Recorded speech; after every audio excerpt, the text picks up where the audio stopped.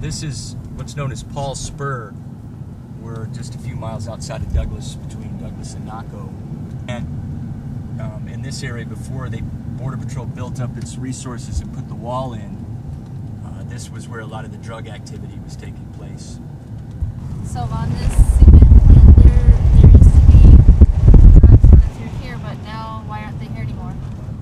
Frankly, because of the attention that the Minutemen brought to Cochise County, and the fact that Border Patrol has tripled the number of agents, that all the new camera towers, the wall, the fence, you still have activity, but nowhere near the almost 250,000 people that used to be apprehended just in Cochise County alone.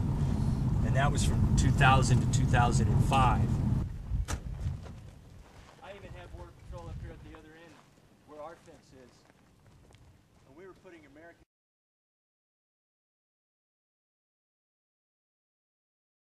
I knew you were going to say that. Well, that's why the wall doesn't work. Yeah. It work if they patrol it. That's how you get apprehensions get down. You don't look. Absolutely. I think that's for an amnesty then. This is a jumpstart fence.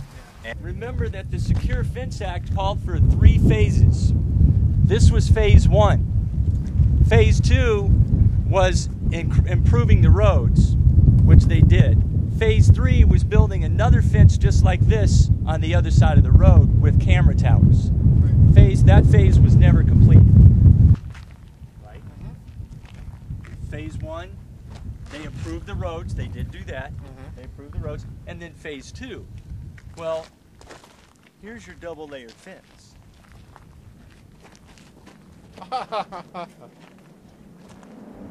Okay, so that was the ruse. Oh, it's double-layered. Well, no, that wasn't the way it was built to spec in Texas, not the way it was built to spec in California. Double layer meant 1 fence, improved roads, a 2nd fence, and the cameras and sensors. And you can see the cameras are set back so far. There's the next one over there. The reason they wouldn't put them close to the border was they thought they'd be vandalized. Yeah. And I said, you ought to have them on the highway, because you can look up these mosquitoes. Every one of these little draws right here is a trail. Yep. Because nothing can see them. They take the lower. And so if you get up on Highway 92, you can look right into them. We've got a mobile radar unit up on Deer Point, and that really works, because it that far away, it's all flat to it. And it sees them staging up here and all that. But it doesn't work all the time. But the cameras are useless because of their location.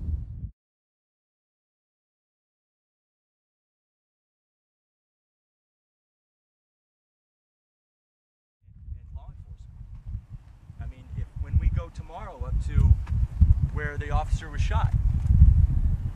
We put cameras in there 4 days after he was shot, and within hours the spotters saw us come in and put the cameras in and came down and tore the cameras out. So they own the high ground. You go into the top of the Huachucas, they've got camps up there with the scouts that sit up there and watch every move that Border Patrol makes. Have the Border Patrol patrol this region like they're doing already. They're doing very, very And if we were well. to get the guard or in some manner some state officers at those ends, that's what we need. Those National Guard personnel or our state guard need to be hardy, backpacking, tough guys who can go in and reclaim the high ground. The Tohono O'odham is the other area that's it's just an open, gaping hole in the border, and they come through there, and they come out through the north end, through the Ironwood, and head up to Casa Grande and the I.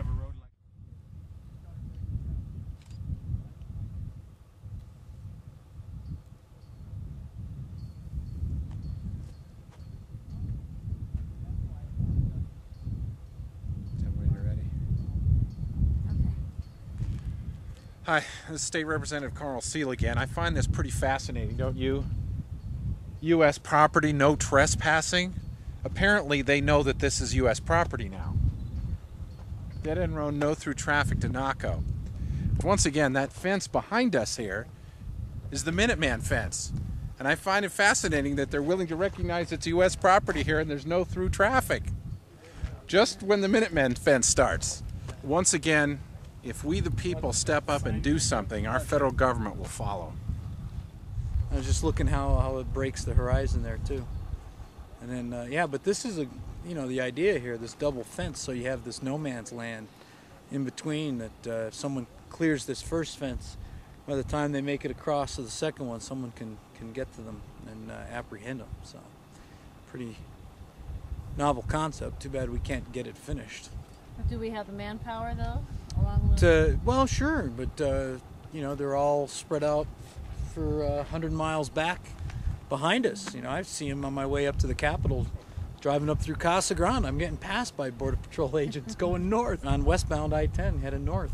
And it's just kind of funny that, they should be heading south down here. I think we got the manpower. It's just not properly allocated. I think somebody needs to reevaluate the task organization of the Border Patrol in the Tucson sector a little bit, and maybe better allocate the resources and focus them where they can do the most good. And I think the current strategy is obviously not working. So something different needs to be done.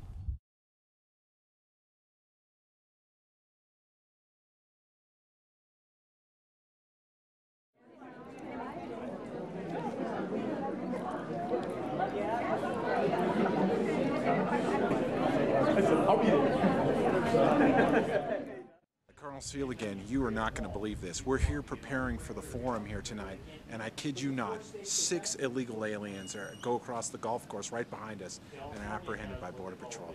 Incredible. You'll see the footage on that shortly. Yeah, and Chris Simcox. And Chris Simcox jumped in his car, got it on his camcorder, and chased it down. So our hero at work in broad daylight in the middle of a country club and a golf course right here in Naco.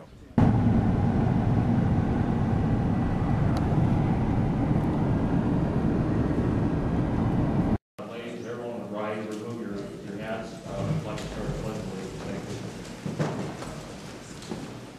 I pledge allegiance to the flag of the United States of America and to the republic for which it stands, one nation under God, indivisible, with liberty and justice for all. It's a pleasure to be here. My name is State Representative Carl Seal. I've been here before. I've been on the border right here in Naco on Border Watch, helping report the illegal crossings. I worked hard too in the last couple of weeks to qualify or help the state qualify for a federal grant for interoperational communication between things like Border Patrol and Sheriff Deeper and local law enforcement and the like. But unfortunately, Secretary Napolitano made the window so tight and so narrow that most agencies didn't even know it existed, let alone having proper time to apply for it. It's appalling, it's unacceptable. There's another grant available for the fire departments, and it's due the 26th of this month, 26th, 28th of this month. Mr. Stevens and I are going to be working very diligently this next week on that. And Eastern Tucson and Sierra Vista, Senator Frank Angelori. Well, I've been out here myself quite a bit. I actually hunt out here in Cochise County with my 2 teenage sons, and I've been encountered, unfortunately, people coming across the border several times, and have worked with the Border Patrol to apprehend them and deal with them. I have a different perspective. I spent 20 years in the military, and I've actually done border security. Too bad it was in Botswana, not in the United States.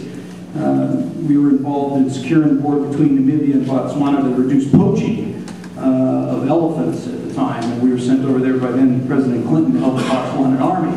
Yeah, and we got these from the state of Arizona Department of Public Safety. Estimates that 17% of the people that they apprehend for being in the country illegally are criminals that have either committed a crime or are wanted for suspicion of committing a crime somewhere in the United States or in the state of Arizona. So it's and there's a market for drugs. And if you don't start understanding that, you're not going to be able to solve the problem. You just put Band-Aids on it. Putting walls up that never work, really. The question is, why don't you do something about people that hire people that are not here legally? Yeah. That's the first question. And the second question is, why don't you tackle drug problems and do something about either legalizing marijuana, which is tough to traffic in that, or do something about the appetite for drugs in Arizona?